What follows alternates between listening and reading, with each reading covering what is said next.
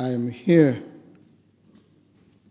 to engage, however you may want to characterize the engagement, whether you want to style it a response or a debate.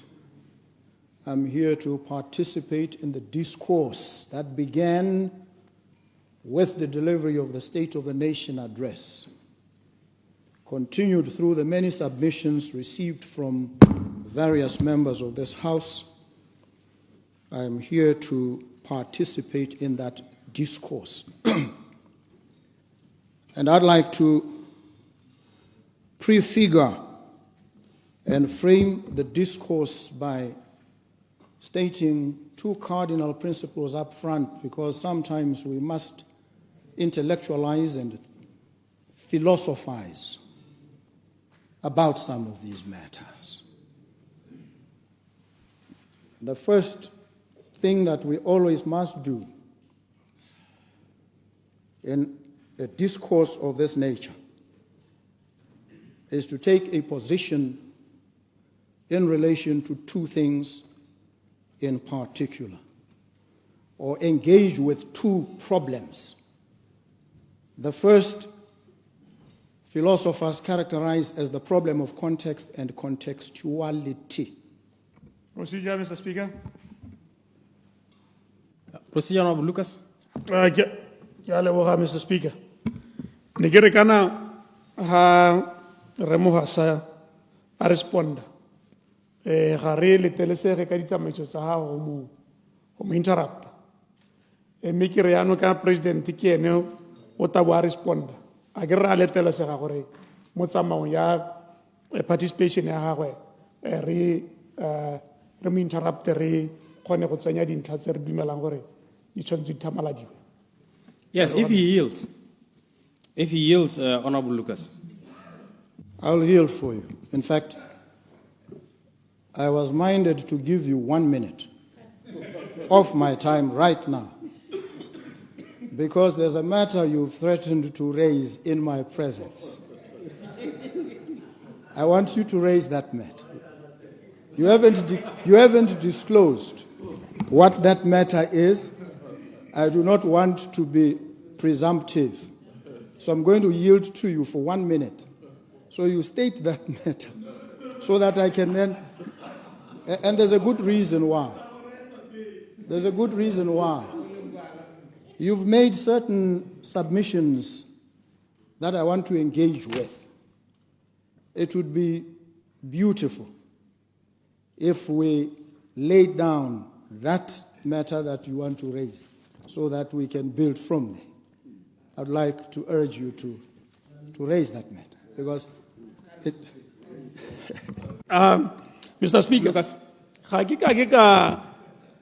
ka bua ka kganye neng ke batla go e bua ke reise le ene ko ntle mme ha e ka ra tsweletsa bua ka kgomega ka khotlega ke ta kopa order gore ke bua.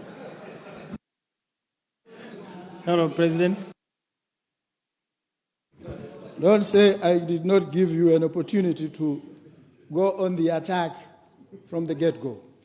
You declined the invitation. The problem with the chair. Okay. I'm wrestling with the chair now. I was saying we are forced to take a position in relation to two problems.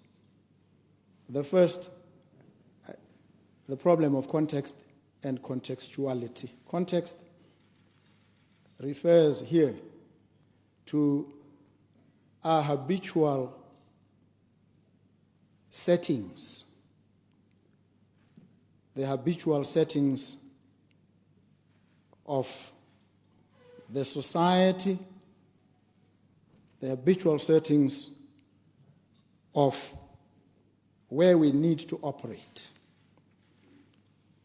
We must take a position in relation to the structures, the institutions, the practices, the ideas and preconceptions that we have and that moderate or modulate how we do things and when.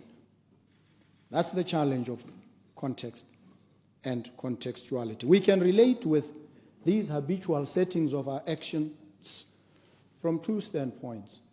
We can relate with them by obeying, accepting them as inevitable, as incapable of being changed and transformed, or we can approach them from a revolutionary standpoint, one that does not idolize and worship them, but one that assumes that they are liable to review, revision, and reconstruction, reconfiguration. I'm talking here about not just the institutions, and the institutions we include Parliament, we include the executive, we include the legislature, we include all institutions in society in the manner in which they are configured. That's the first layer of discourse. The second is what I call the problem of solidarity, the way we relate with each other. In fact, the way some of these institutions relate inter se amongst themselves. We need to take a position on these relationships. And it's going to be critical, especially when we debate the idea of a constitution or a constitutional review, to understand what the problem of solidarity entails in the context of constitutional reform and reconfiguration. This is what I want to start on. And then, because Madame Dow has just arrived, I want to get to the next issue, which is this. To confess up front, unapologetically, I am a dreamer. I am a dreamer. Martin Luther King, Jr., stood on that bridge, I believe it was, in Selma, and expressed that he had a dream. He outlined the contours of that dream, and that dream in time became reality to the degree that it did. So I'm a dreamer. I'm a dreamer of big dreams. I'm a dreamer of dreams of immensity, dreams of intensity. I'm a dreamer. But I'm a different kind of dreamer. I'm a dreamer who dreams by day, with his eyes open. That is the kind of dreamer I am. And on that note, allow me to quote, Mr. Speaker, Please do. some author that my father forced me to appreciate before I could even read. I was made to memorize a passage from a book by an author called T.E. Lawrence. It's called The 7 Pillars of Wisdom. My father made me memorize this before I could even understand what it meant, before I could read. And he gave me that book and said I should learn how to read so I could read it. And it says there, I think it was my father talking to me, that which he made me. Before I could read, he says, I loved you. So I drew these tides of men into my arms and wrote my will across the sky in stars to earn you freedom, the 7-pillared worthy house that your eyes might be shining for me when we came. Death seemed my servant on the road till we were near and saw you waiting. When you smiled and in sorrowful envy, he outran me and took you apart into his weariness. Love the way weary, our brief wage, ours for the moment. I just wanted to center myself, remind myself of my old man and the role that he played in shaping who I am and what I am. But I was not going there. The part of the statement or quote by T.E. Lawrence that I want to place in the center of this discourse is this. He says, all men dream, but not equally. All men, including Madame Dow, if we take the masculine to also be representative of the feminine, I know you'll object, but that is the standard old school practice. But all men dream.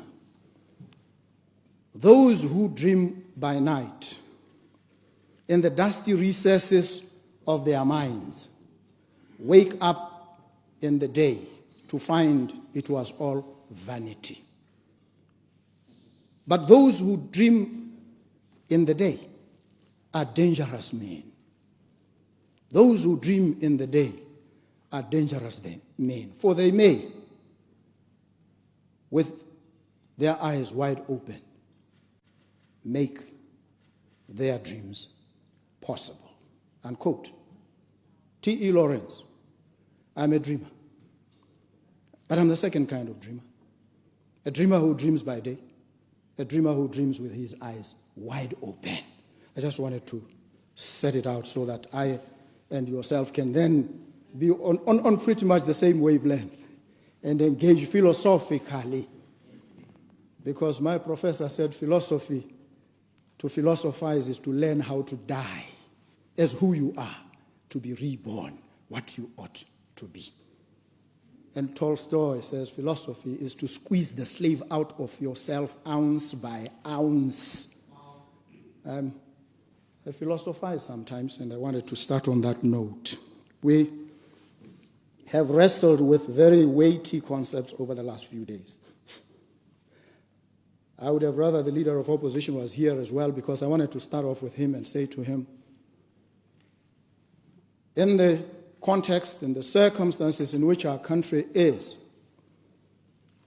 what is required at this point is a leadership that engages at the level of proffering solutions, well thought out, properly carved and framed and fashioned solutions to deal with the intractable problems that bedevil our society. And so, it is not a mark of leadership when all you can do is to describe problems, to tell us what we know, to come and say there are no roads in this particular area. Look, that's a matter of public knowledge, isn't it?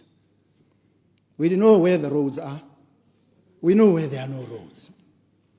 To come and lament that the schools are dilapidated is not to profile a solution, is to glorify, to tell us, to be descriptive about problems. You can be graphic in your descriptions and even map out what collateral damage it causes. But that's not a solution.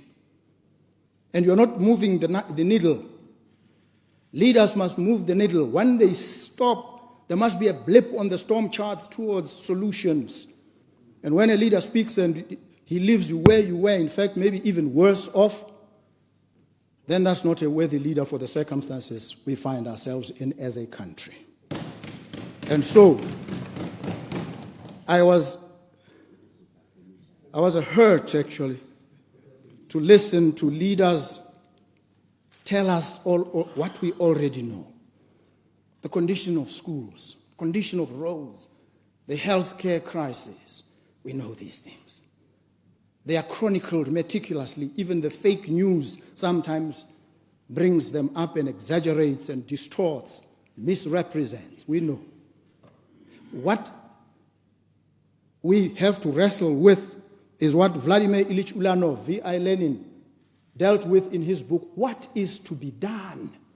That is the fundamental question that we are seized with today as leaders. And I'm talking collectively, all of us. We are leaders, entrusted by the people out there with the sacred responsibility of not coming here to glorify and describe problems, but to find solutions, durable solutions to these problems that trouble them in their daily lives. That's what we are here to do. And that is why our engagement with the habitual settings of our actions must be, in my view, to recognize the shortcomings and to change, to transform.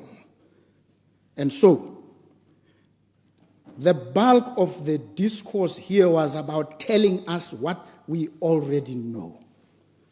And it was very thin on practical solutions.